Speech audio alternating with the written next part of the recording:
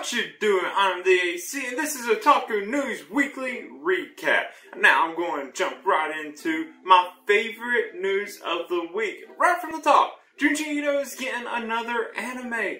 The wraparound jacket on Junji Ito's Genkai Chitai Derzomri Zone manga volume reveals the Ito Junji Kisaku Shu Junji Ito Masterworks collection has a new anime project. The first Junji Ito collection anime came out in 2018. I loved it, even made a video about it. Woo! I cannot wait to see which stories are included in this one. But I guess I will have to regardless. Oh, at least the Love Sickness manga collection comes out in April, so I have that. Moving directly into even more horror manga to anime news. Kodakawa announced Tomoki Izumi's Meiruko-chan horror comedy manga will have an anime premiere this year. The anime's website has a teaser trailer for the anime, and Izumi drew an illustration in celebration of the announcement. Somehow, I never heard of this until now. I really missed out. But horror and comedy is definitely something I want to see. Junji Ito also kind of has a comical side to it, so, you know, the style fits me. There's more news that is scary and maybe a horror sense. The Academy of Motion Picture Arts and Sciences announced the nominations for the 93rd Academy Awards, which will be held on April 25th. And there were no anime film nominations in the animated feature film category. There were plenty eligible though, and include Demon Slayer Kimetsu no Yaiba, the movie Magoon Train, Earwig and the Witch, Lupin III the First, Oganku Our Sound, Ride Your Wave, and Whisker Away. Considering the typical trend for these awards, this is not that surprising. Something else that is no surprise is that the exact opposite happened at the 44th Japan Academy Awards. The award for the Japan Academy Film Prize for Animation of the Year went to Demon Slayer Kimetsu no Yaiba, the movie Magoon Train. Of course! Yeah, I mean, see, this is no surprise at all considering it became the biggest Japanese film of all time domestically, and probably internationally soon too. And also, this makes Demon Slayer Mugen Train the first franchise anime film to win the award. Okay, that actually is a bit of a surprise. I don't know, I guess I just thought one would have done it sooner. Plenty of anime films, just no franchise ones. Now, moving on to unrelated news. There is an update to the whole 7 Seas translation debacle. If you're not aware of this news, like I was since I missed some weeks of doing this recap, 7 Seas had left out some portions of their English translation. There are a few reasons people speculate as to why they did this, such as ease of reading or unnecessary content that English readers would not understand the Japanese relevance of, and so forth. But it just seems like it's for censorship's sake. And yeah, this is mainly my opinion. Come on, it's pretty obvious this is what they're doing. Anyways, this update came after Inori, author of I'm in Love with the Villainess, responded to fans on Twitter about the recent discovery that parts of the first novel were omitted from the English release. Inori said, "I'm sure there was an unavoidable reason behind what happened, but I'm still a little sad."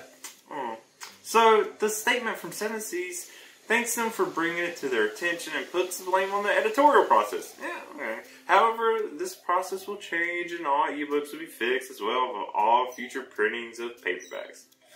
It's good that they were called out, and hopefully they actually will change like they said. I mean, for the integrity of the industry, let's hope so. The last bit of news for this week's recap is also an update, but in a more positive direction. Netflix's Cowboy Bebop live action adaptation finished filming the first season. This update came from Daniela Pineda's, who plays Faye Valentine's Instagram post. Although it is still not here yet, I am glad to know it is still in the works since I almost forgot it was a thing. I just haven't heard news about it for a while or just haven't been keeping up with it. Yeah, now I guess we just all need to hope it's not butchered like the tragedies that came before it. Time to celebrate the birthdays of some of our favorite characters for this week. First, we got on March 15th, Lorelei, we have Seiji Aino. Then on March 16th, we have Kukuri, Real Boys and Murder, and Tom. On March 17th, we have Ideal Man. March 18th, we have Kisame, Hishigaki, Galaxania, Miyuki Azuki, and Rei. On March 19th, we have Utmost and Scratchman Oppo. And then, on apparently a big day for anime character birthdays, we have Ibiki Morino, Sabo, Sumi Sakurasawa, Tom, yes, I want to add another Tom list since I could, Toa Higurashi, and Setsuna, the memes himself, Yamcha, and Yuji Itadori. And then, lastly, on March 21st, we have Haru Onodera, Norman, and Poppy. That is it for these birthdays. Did I miss some of your favorite characters' birthday for this week? These are some of my favorites, some of the ones I know about, but go ahead and let me know if I missed any. But, until next week's birthdays come, Ontanjoubi o omedetou gozaimasu. Time to give a spotlight to some of the new releases. Now, I'm going to start with some original English light novels that came out in the little time I didn't do these recaps. So it's going to be some in February and earlier in March. Let me get started. So, we have Conquest Harem Volume 1 by Digital God. And The Integrity of the Super Club Volume 2 by Gary Hines. Azura Wing Volume 1 by Jonathan Solis. And we have From Ash Volume 1 by Jonathan Piedra. A Most Unlikely Hero Volume 9 by Brandon Barnell. Isekai Monster 13, Trying to be a Hero When Back Home You Were Called a Monster by Alcos Esthos. And Reincarnated as a Familiar Volume 3 by D.S. Craig. Now, for light novels, we have Kuma Kuma Kuma Bear Volume 5. Monster Tamer Volume 3, Our Crappy Social Game Club is going to make the most epic game Volume 2, The Sorcerer King of Destruction and the Golem of the Barbarian Queen Volume 2, The Sorcerer's Receptionist Volume 3, and then Zoku Owari Monogatari. And there is some other books, anime related, that came out, called Starting Point 1979 to 1996 by Hayao Miyazaki. It's about his, I guess it's a biography kind of deal. And there's also Turning Point 1997 to 2008, also by Hayao Miyazaki. These seem really cool. I'm really looking forward to see what they're all about. And then lastly, we got some manga.